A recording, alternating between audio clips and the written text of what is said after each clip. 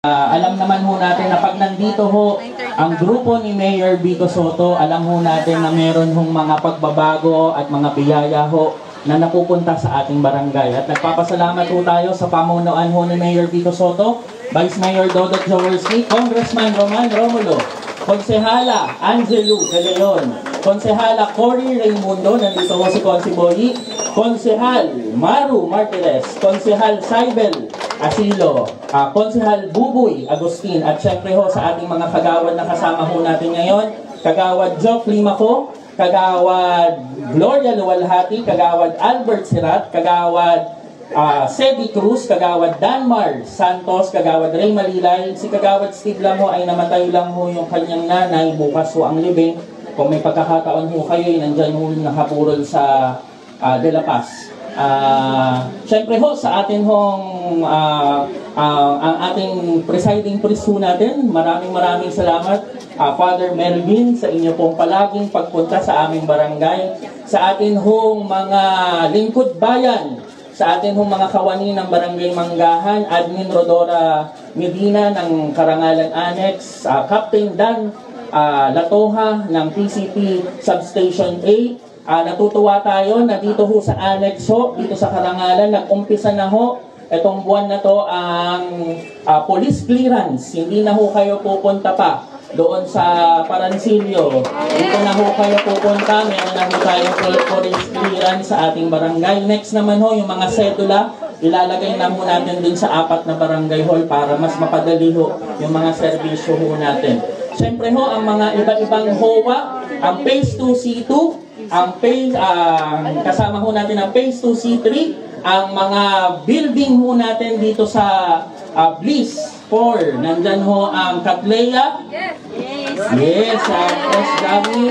Ang ating pong Lavender, Everlasting, Carnation, at Jasmine. Yan.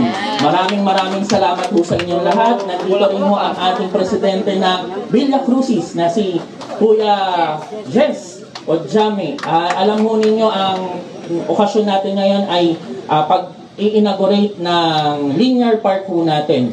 Sa buong Kalakhang Pasig ho, kulang na ho tayo talaga ng espasyo para ho sa mga madadaanan, sa mga parke. Kaya ho itong ginawa ho ng pamunuan ni Mayor Vico Sotto ng linear park ay makakatulong ho sa atin. Kung dati ho ay baku-baku ho to, madumi, dugyot ho ang creek, ngayon ho talagang masasabi ho natin napakaayos na ho ng creek. Sa araw to, hingi na rin ho kami ng abiso kay Mayor Vico Sotto sa mga suhestyon ng mga kagawad ay bubuksan na rin ho natin ang Guyabano Street para ho maging alternate route na ho natin kasi ho sobrang traffic na ho sa ating lugar. Kanina nga ho, nag-uusap-usap po kami ng mga TODA president. Nandyan ho ang presidente ng NAPEDA, presidente ng KTK, ang vice president ng MLKK, Ma'am TODA president, sino pa bang mga nakalimutan ko? Bang TODA president, nandyan rin. Nag-uusap-usap kami. Dati nakaka-11 sila na biyahe ng tricycle. Ngayon, 4-5 na lang. Talagang ibig sabihin ay naapektuhan talaga ang biyahe nila sa pagsasara ho ng tulay ho natin doon. Kaya tayo ay gagawa sa pakikipag-ugnayan kay Mayor Vico Sotto ng mga alternate route para ho maibsan ho yung ating mga problema dito sa ating barangay. Simula ho dito sa bahay ko sa Kaibigan, papunta ng barangay, additional 1 hour bago ho ako makapunta sa barangay. At nararamdaman ho natin yung epekto na to sa atin. Alam ko namang mauunawaan ninyo kung bakit may traffic ho tayo, pero onting tiis lang ho. Lahat ho ay umiinit ang ulo. Meron hong nagsuntukan na traffic enforcer, meron hong 2 pribadong retired police na nagkasahan ng baril. Talagang maiinit ang ulo dahil sa traffic. Kaya hahanap po tayo ng mga maliliit na pamamaraan para ho yung circular Verde Bridge na nakikipag-ugnayan tayo doon na private yung bridge daw nila. Sabi ko naman wala akong private na bridge. Sana'y padaanin na rin yung mga motor doon at yung ating mga taxi na hindi mo pinapadaan. So nagpapasalamat naman tayo kasi hanggang 6 o'clock lang sila, ngayon hanggang 12 na, hopefully mag-extend pa sila para mas mapadaanan ng train. So ngayon ho ay, ito hong linear part na to ay makakatulong ho sa atin, protektahan ho natin.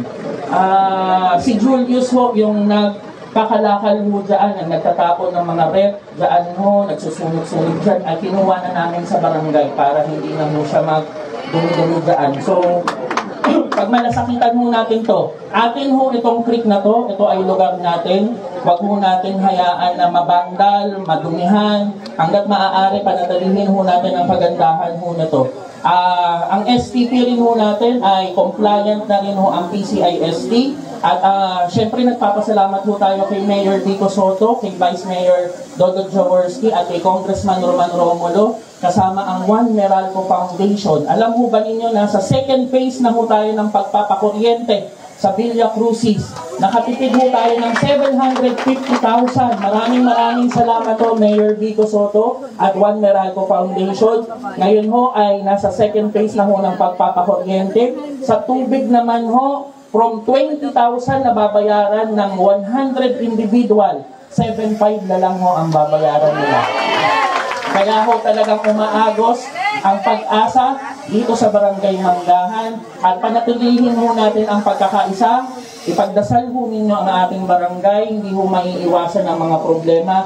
Pero nagpapasalamat ako sa ating mga kagawad at kay Mayor Vico Soto sa Sangguniang Panlunsod. Sa pagkakaisa ho namin, marami hong mga biyaya na umaagos dito sa ating lugar. Mabuhay ho ang Barangay Manggahan, mabuhay po tayong lahat.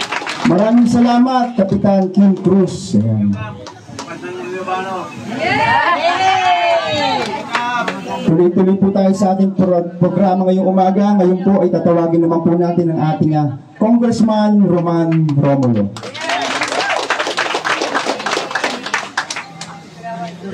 Magandang umaga po sa ating lahat. Una-una po, natutuwa po ako dito sa inauguration po na ito. Ito yung Bully Creek. Yes, sa totoo po, no, mga last week, nag-offline kaayusan po kami dito sa kabilang side sa Rosario side po. Sa totoo po, no, tinanong ko nga kay Kapitan hanggang saan ito, Guyobano. Pero para alam po ninyo, itutuloy na po ng DPWH yung paglinis at paglalim ng buong Bully Creek. Pangalawa po, bubuin na rin po yung linear park hanggang Ortigas Avenue. Kasama na po yan. So again po, no, nakita natin unti-unti po na marami pong nagaganap at marami pa pong magaganap. Ang importante po ay tayo dito sa lungsod ng Pasig ay tuloy-tuloy po na magkausap para masigurado po natin na may ayos po natin ang buhay ng bawat Pasigenyo. Alam po natin, lalong-lalo na sa mga pinagdaanan, di naman po madali talaga. At alam po natin na marami pang challenges na dadaanan. Pero alam ko rin po na basta naman ay nagtutulungan tayo, sigurado ko ay makakamit po natin yung gusto natin sa bawat Pasigenyo. Muli po, congratulations, mabuhay po ang Manggahan at mabuhay po ang lungsod ng Pasig. Maraming salamat po, Congressman Roman Romulo. Ngayon naman po, tatawagin naman po natin ang ating Vice Mayor Dodot Jaworski.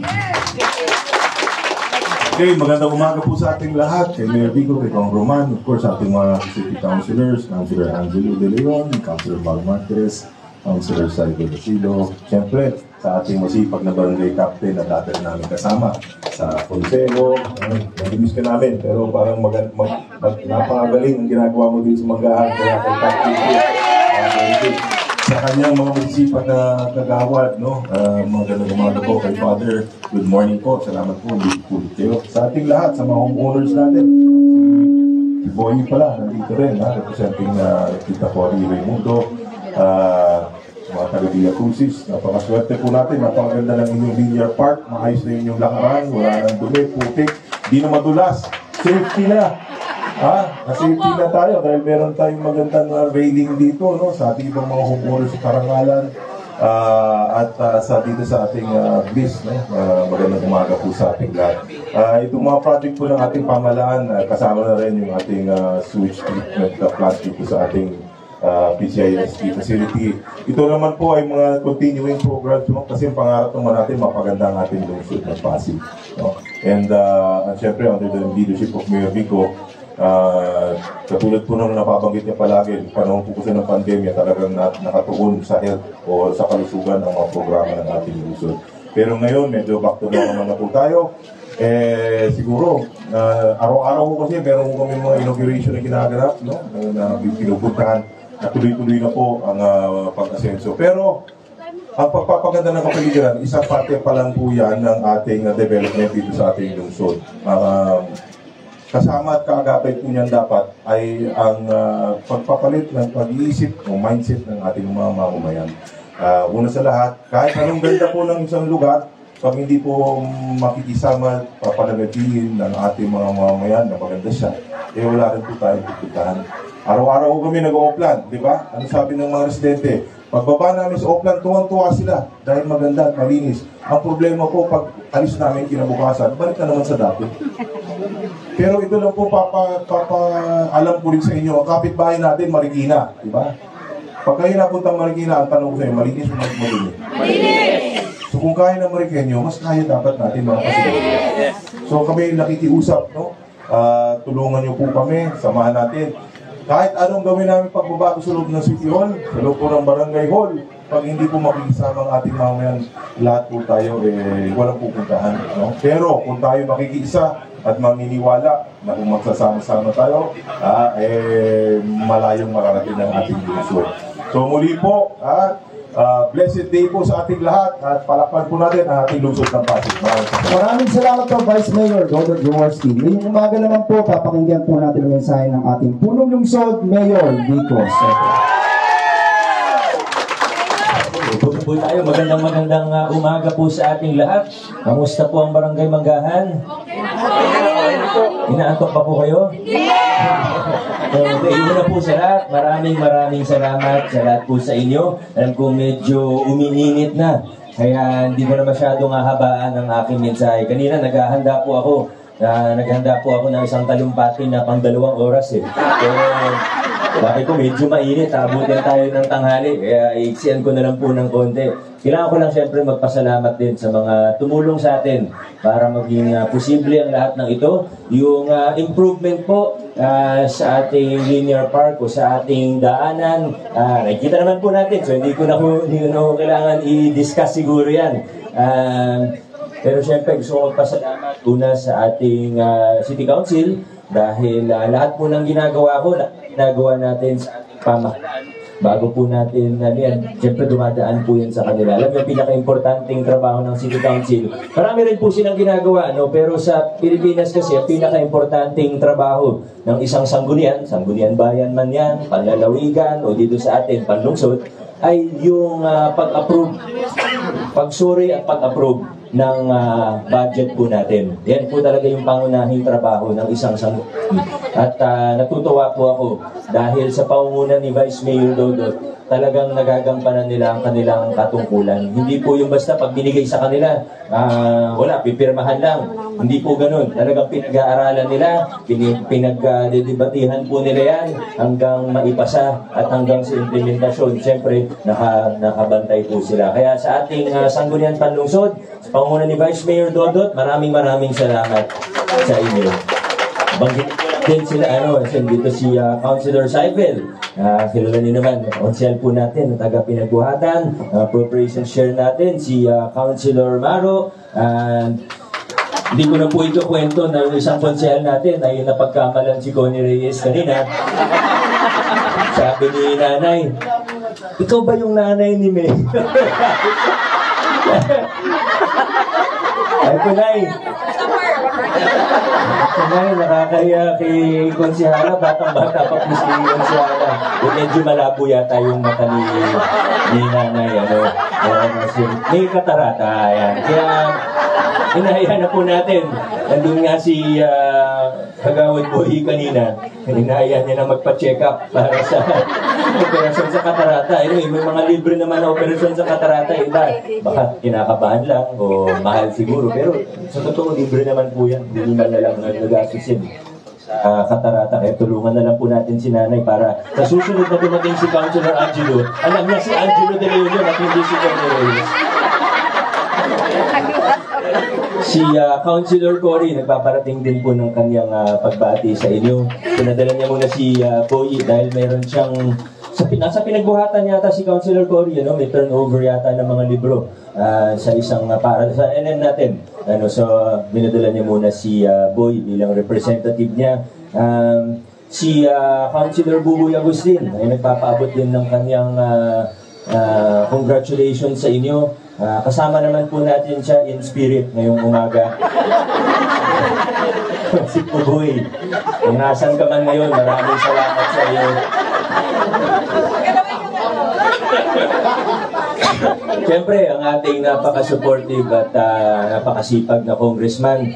Sa ibang lugar, hindi na natin sasabihin kung saan. Pero sa ibang lugar, aminin natin, congressman, minsan-minsan lang mag-attend ng session nila, wala man masyadong mga panuhala. Pero swerte tayo dahil sa Pasig City, ang ating representante ay talagang nagtatrabaho. Hindi po sayang ang natin sa kanya, Congressman Roman Romulo. At sa totoo, marami rin na ibababa ang nasyonal na pamahalaan na proyekto dito sa lungsod ng Pasig sa tulong ni Kong Roman. At alam ko, pati dito sa Manggahan na sa susunod na mga panahon, marami rin po sa mga pangangailangan natin ay matutugunan sa tulong ni Congressman Roman Romulo. Kong, maraming salamat. Siyempre sa ating mga barangay officials, nandito po itong ating mga kagawad, sa pangunguna po. Dalawang mic gagamitin ko. Sa pangunguna ng ating Kap-Konsi na nakikita natin ang daming magandang nangyayari sa Manggahan po ngayon. Ang isa sa talagang na-appreciate ko, bukod sa magandang ugnayan sa city government po natin, gaya na nabanggit niya kanina, yung